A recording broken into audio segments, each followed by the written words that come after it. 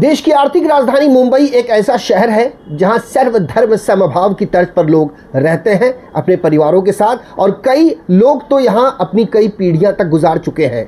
और ऐसे में बात जब आती है राजनीति की, तो कहते हैं राजनीति में कोई किसी का दोस्त नहीं होता, कोई किसी का दुश्मन नहीं होता। लेकिन इस समय जो तल्खियां चल रही हैं, खास करके हिंदी भाषा को लेकर, मराठी अस्मिता के नाम पर जो सियासत चल रही है, उसको लेकर अलग अलग तरीके की घटनाएं सामने आ रही हैं। बीते दिनों हमने मीरा रोड में एक व्यापारी के साथ मारपीट की घटना को क्रम को देखा, और उसको लेकर आज तमाम व्यापारी संगठनों ने मीरा भाईंदर इलाके में बंद का आह्वान किया, अपनी दुकानें बंद रखी और अपने गुस्से का इजहार कुछ इस तरीके से किया कि शांतिपूर्ण तरीके से हमारा काम भी हो जाए और सरकार तक हमारी बात भी पहुंच जाए।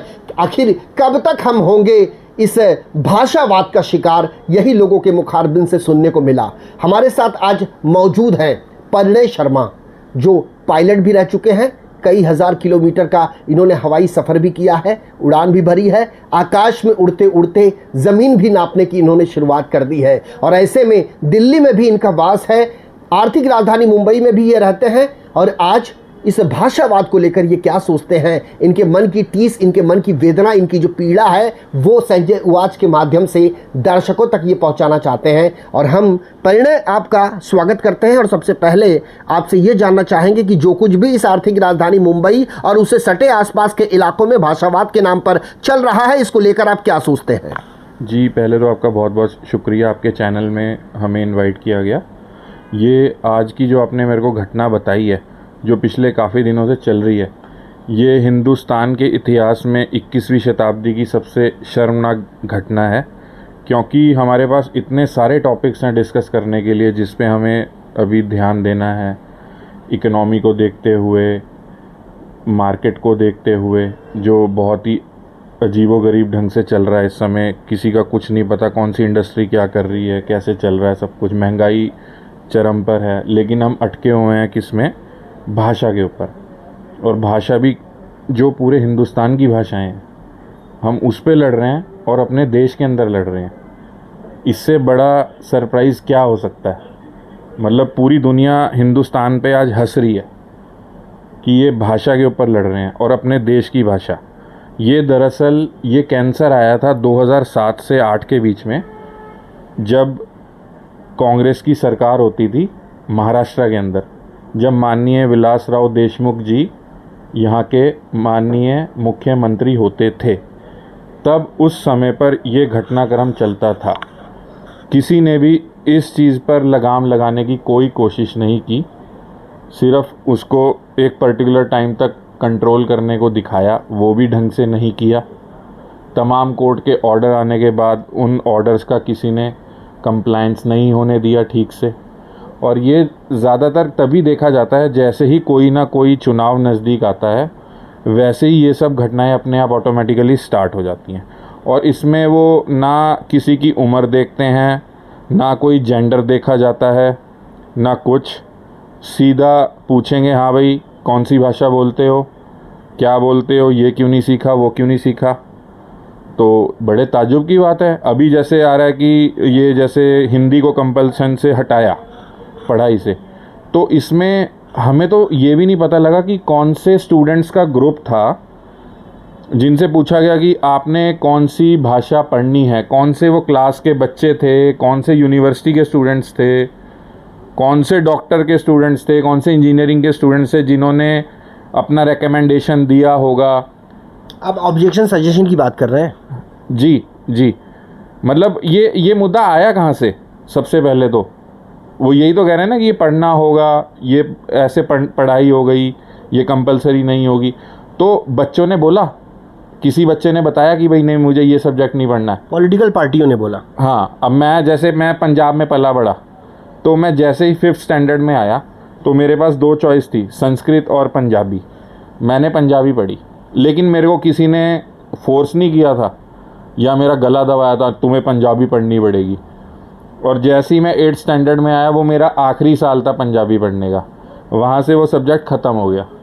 लेकिन मेरे को आज भी पंजाबी आती है, बोलनी भी आती है, लिखनी भी आती है, सब अच्छे से। लेकिन वो मेरी खुद की चॉइस थी।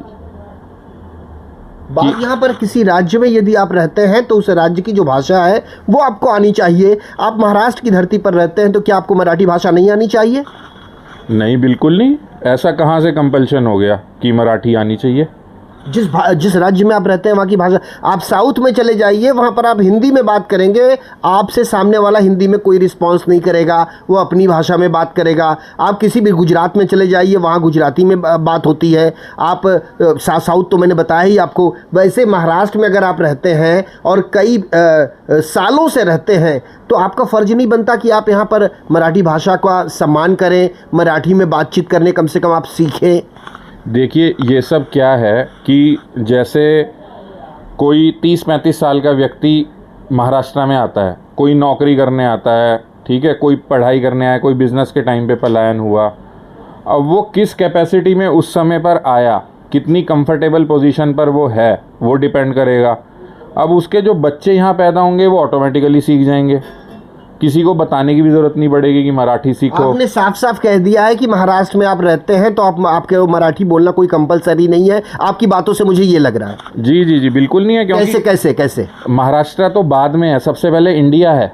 लेकिन इसी इंडिया में तो महाराष्ट्र बसता है। लेकिन पहले इंडिया है ना। हम तो महाराष्ट्र में अब चले जाएंगे, यहाँ सरकारी महकमे में चले जाएंगे। अभी कुछ दिन पहले महाराष्ट्र सरकार ने मराठी भाषा को कंपलसरी किया था कि जो भी कानून, जो भी सरकारी कामकाज होंगे वो मराठी भाषा में होंगे। और ऐसे में आप सीधे सीधे बोल रहे हैं कि मराठी कोई कंपलसरी नहीं है हमारे लिए। इन द सेंस, अब हमें डेली व्यापार करना है। हमारा कोई क्लाइंट अमेरिका में बैठा है, अब मेरे ऊपर कल को ये कानून लग जाए महाराष्ट्र के अंदर की कुछ बोलना ही नहीं है मराठी के अलावा। अब मेरा क्लाइंट वहाँ से मेरे को फ़ोन करेगा, अब मैं उससे मराठी में उसको समझ ही नहीं आएगा, मेरा तो धंधा ख़त्म हो गया। और यहाँ पे कोई लड़ने झगड़ने थोड़ी आया है। जो बच्चे यहीं पे पैदा होंगे, जो बाहर से लोग आए हैं, वो ऑटोमेटिकली सीख जाते हैं। वो बिल्कुल मराठी बोलते हैं, परफेक्ट मराठी बोलते हैं। उनको किसी से कोर्स नहीं करना पड़ता, कुछ नहीं करना पड़ता। अब जो आया ही 35-40 साल की उम्र में है, वो कैसे सीखेगा? अब फेरी वाले, जूस बेचने वाले, मूंगफली वाले, अगर वो इतने शार्प माइंडेड हों कि आज आपने वार्निंग दी और 1 हफ्ते में वो सीख ले मराठी, तो वो तो वैसे ही पढ़े लिखे होते, वो फिर थोड़ी ये सब काम करते। वो तो अपने जगह पे रहते, अच्छे से पढ़ते लिखते। उनको बेचारों को पढ़ना लिखना भी नहीं आता। चलिए, ओवरनाइट कोई सीख नहीं सकता है मराठी। हाँ। लेकिन आपका प्रयास भी तो होना चाहिए मराठी सीखने का। वो सब करते हैं प्रयास, समझ सबको आती है मराठी। तो फिर आपसे जब पूछा जाता है तो आप व्यंग्यात्मक तरीके से तो जवाब नहीं दे सकते ना साहब। यदि यहाँ के कोई लोग हैं और इस मराठी अस्मिता पर जिनकी पूरी राजनीति चलती है, उनके उस राजनीतिक पार्टी के कार्यकर्ता हैं, क्षेत्रीय पार्टी है, अगर उसके कार्यकर्ता आपसे पूछते हैं, या यहाँ का कोई भी मराठी भाषी जो यहाँ का भूमिपुत्र है, यदि वो आपसे कह लेता है कि आपको मराठी आती है, तो आपको हाँ या ना कहना चाहिए। आप हंस के ये तो नहीं कह सकते कि मैं नहीं बोलूँगा मराठी, आप नहीं बोल सकते, आप आज थोप नहीं सकते। नहीं, सबसे पहले तो ये जो आप बात पूछ रहे हो ना, ये महज एक इलेक्शन एजेंडा है, इसके अलावा कुछ नहीं है। अब हर आदमी थोड़ी इलेक्शन में इन्वॉल्व है। अब बीजेपी इलेक्शन लड़ रही है, पूरा महाराष्ट्र तो इन्वॉल्व है नहीं उसमें कि हर आदमी बीजेपी का मेंबर है, हर आदमी कांग्रेस का मेंबर है। वो तो उनके लोग, जैसे ये मौसम आया, इलेक्शन का चांद निकला, चलो भाई चलो मराठी बोलो। अभी बीएमसी इलेक्शन ख़त्म हो जाएगा, टॉपिक ख़त्म, फिर ये फिर दोबारा शुरू होगा 2029 में, जैसे ही लोकसभा आएगा।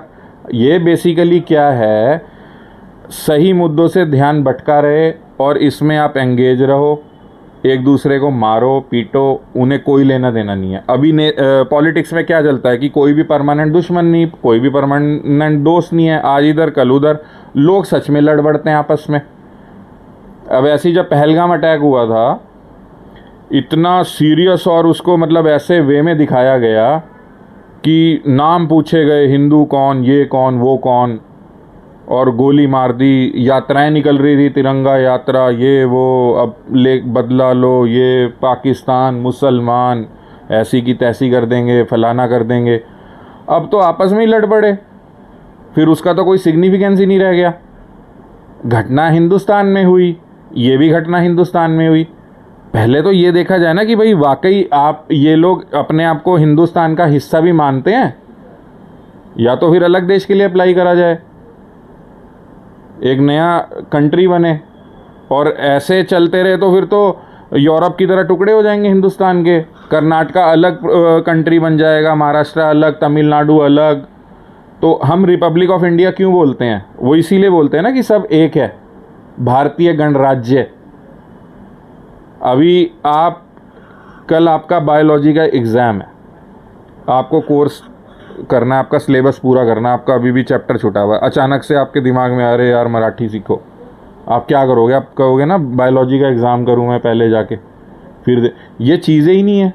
जिसको बोलनी आती है वो बोलेगा, जिसको समझ आती है वो समझेगा, ठीक है? जो अच्छे से बोलेगा वो और अच्छे से बोलेगा।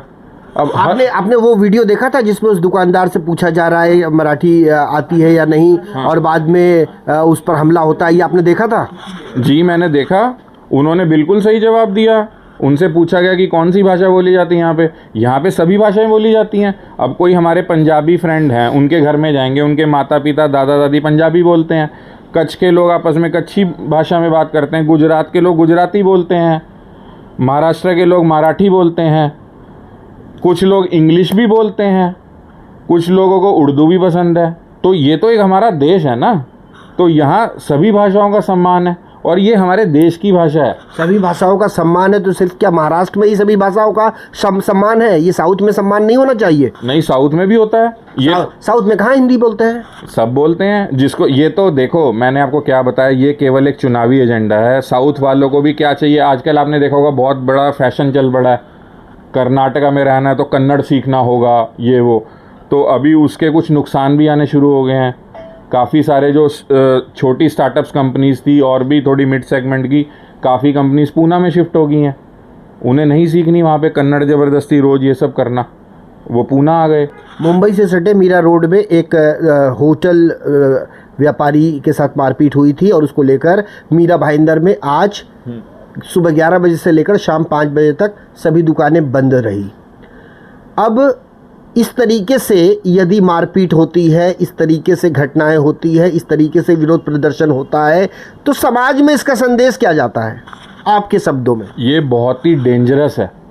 अगर आप इन चीज़ों पर लगाम नहीं लगाओगे, अभी फ़र्ज़ करो आपको खुली छूट मिल गई ये सब करने की, कल को किसी ने किसी का मर्डर कर दिया कि ये फ़लानी भाषा नहीं बोल रहा था, मार दिया, अभी भी चेक नहीं हो रहा। अभी जिनके साथ मार पिटाई की गई मीरा रोड में, उनके ऊपर क्या बीत रही होगी?